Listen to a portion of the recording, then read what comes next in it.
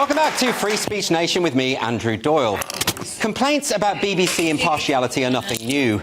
The state broadcaster has a kind of constitution in the form of its royal charter by which it is required to maintain due impartiality in its news reporting and when it comes to controversial subjects. But does it succeed? Some people claim that the BBC is inherently left-leaning. Others claim it is inherently right-leaning. It really depends on your perspective. For my part, I believe the BBC does a generally good job, with a few notable lapses, when it comes to impartiality regarding party politics. However, I think in regards to ideological impartiality, the BBC is clearly failing. When it comes to the ideology of critical social justice, what has become known colloquially as the woke movement, the BBC, in my view, clearly has a bias. Actually, I think it has a rather extreme bias, and this explains why so many people no longer trust its reporting. I know from personal anecdotes from employees at the BBC that there is a kind of internal struggle going on to overcome the problem. But nobody I've spoken to denies that the problem exists. The evidence of it is everywhere. You might have seen that educational film by the BBC called Identity, Understanding Sexual and Gender Identities, which was aimed at 9 to 12-year-olds. Let's have a look at it. What are the different gender identities? That's a really, really exciting question to ask. Do you know there are so many gender identities? So we know we've got male and female, but there are over 100, if not more, gender identities now. So we know that some people might feel like they're two different genders, so people might think they're bi-gender, and then you've got some people who might call themselves genderqueer, who are just like, I don't really want to be anything in particular, I'm just going to be me. So where is the balance there? Why is the BBC making pseudo-religious proclamations to children as though they were uncontested fact?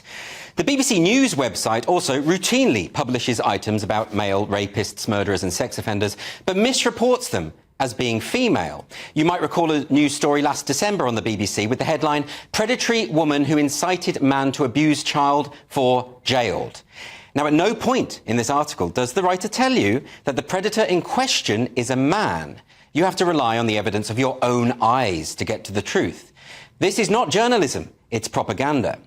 But perhaps most damning of all is the question of the WPATH files. In March of this year, a series of internal documents and videos from the World Professional Association for Transgender Health were leaked to journalist Michael Schellenberger.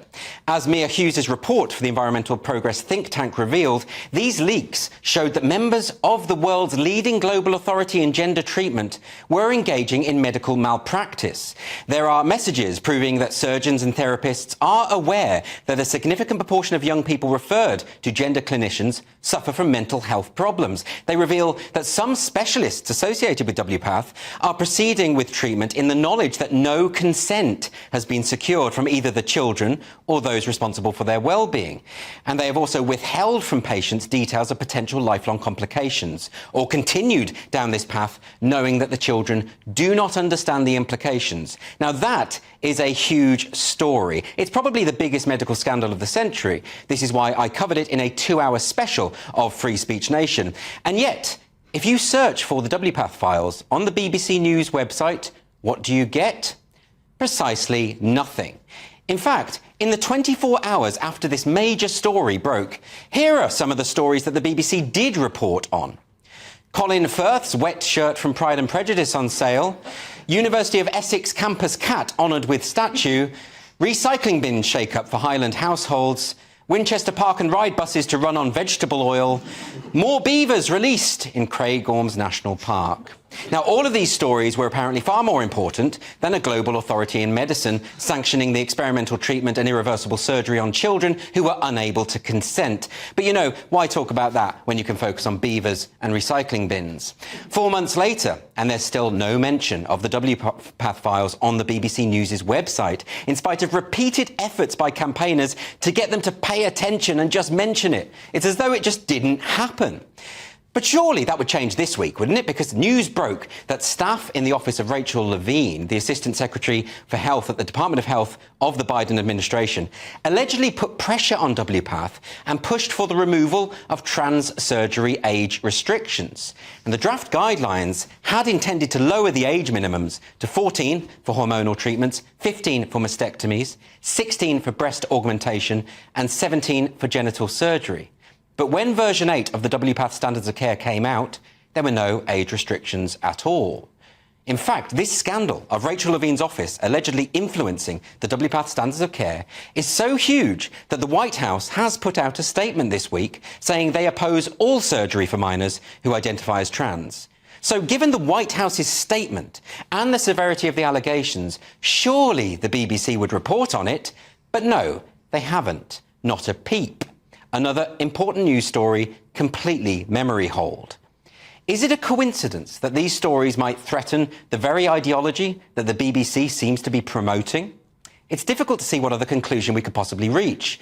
Well, I wanted to give the BBC an opportunity to explain itself. So on March the 11th, I emailed the BBC press office to ask why it had chosen not to cover the WPATH files. Over the following month, I contacted them on 5 different occasions, and I was ignored every single time, even after the release of the Cass review and Dr. Cass's explicit criticism of the influence of WPATH on the NHS. And finally, on April the 12th, the BBC press office did send me a reply, and it was the following statement. News items are chosen by the news editors of the day based on a number of factors. Now, of course, that doesn't remotely answer my question. So why is the BBC press office being so slippery and evasive? Well, perhaps the answer lies in an article written by a journalist at the BBC, a whistleblower, using the pseudonym Charlie Walsham. Here's what he wrote for The Spectator. Regrettably, I believe there is a straight line between the BBC's capitulation to extreme trans rights ideologies and the disturbing findings in Dr. Hilary Cass's 388-page report. Crucially, what Dr. Cass has exposed was only able to happen because of a skewed and distorted national conversation around the issue of sex and gender, a narrative aided by the nation's broadcaster. Dissenting voices have been marginalised, castigated, cancelled, silenced.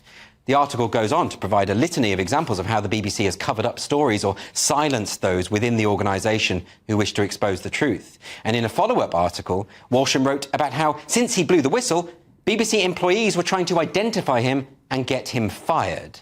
And this, of course, proved why it was so important for him to remain anonymous in the first place. This is an ideology that will not tolerate dissent.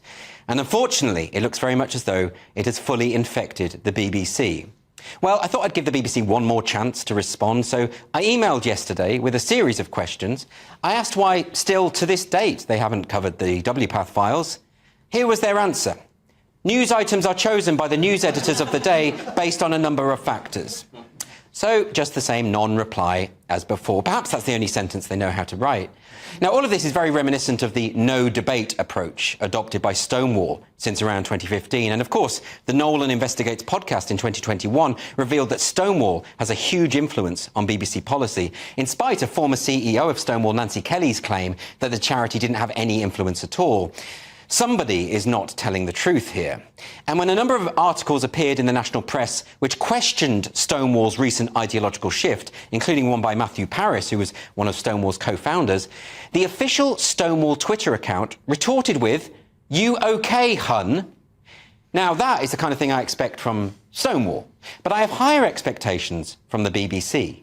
So it's disturbing that in the face of serious and legitimate questions, the press office of our national broadcaster thinks it's acceptable to resort to evasion, flippancy and, yes, downright rudeness.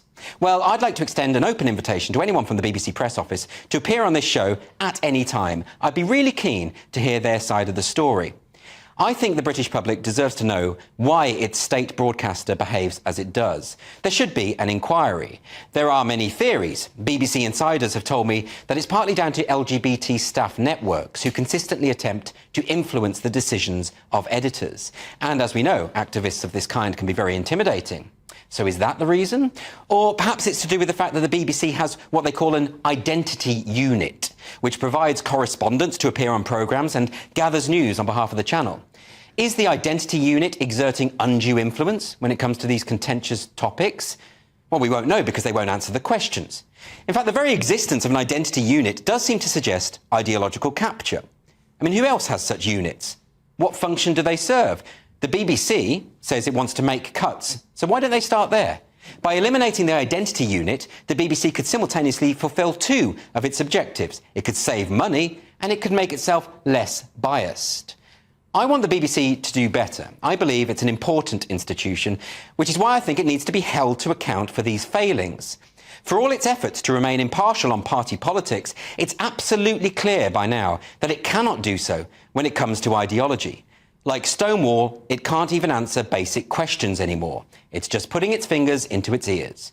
But for a state broadcaster funded by taxpayers, that's simply not good enough. The public deserves more.